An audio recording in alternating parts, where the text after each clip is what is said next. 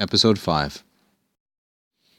Christum tamen non discerpimus, docemus enim divinam naturam, quae ubique est, esse ubique hypostaticos, cum carne conjunctam, et ideo totum Christum ubique esse fatemur, non secundum carnis proprietatem, sed secundum personae unitatem.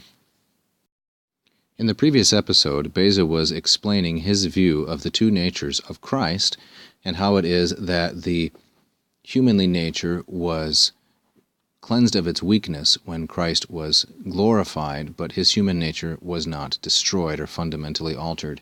Now he says, tamen, nevertheless, or however, Christum non discerpimus, we do not tear apart or rend asunder Christ.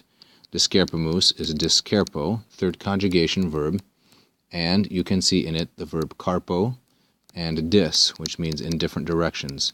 So discarpo, undergoing a vowel change, as you can see when compounded, discerpo, means to rend in two or to tear apart, to pluck in pieces.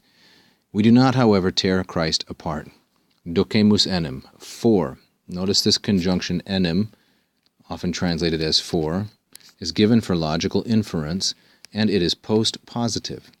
This means it cannot be the first word in a sentence or clause, but always comes after the first word or the positive position, post-positive.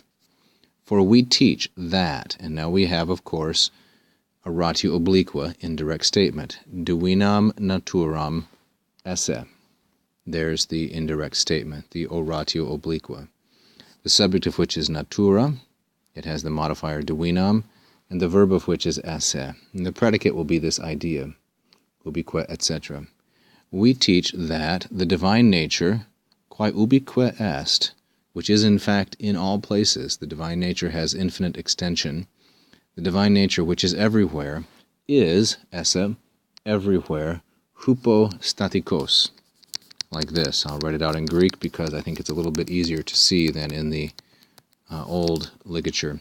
Hypostatikos is everywhere hypostatically, by hypostasis. It is conjoined everywhere hypostatically with the flesh, cum carne. So then we see that the predicate of naturam is conjunctam.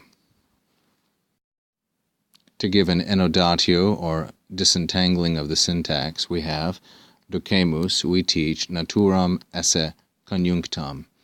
That's a simplification of this sentence. Now, of course, there are modifications.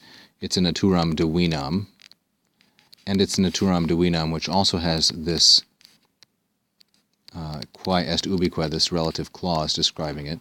We teach that the nature, the divine nature, which is in fact everywhere, is conjoined everywhere, ubique, with the flesh, hypostatically, hypostatikos. And then he continues, and in such a way, at ideo, that fatemur, we confess, or we acknowledge, that the whole of Christ, totum Christum, is everywhere. Now fatemur, here, this deponent verb, fateor, like docemus, also introduces oratio obliqua. We teach that the whole of Christ is everywhere, non secundum, not according to the peculiar quality of the flesh, but according to the unity of the person. Notice that secundum in each instance takes the accusative, and then these genitives Beza uses for parallelism.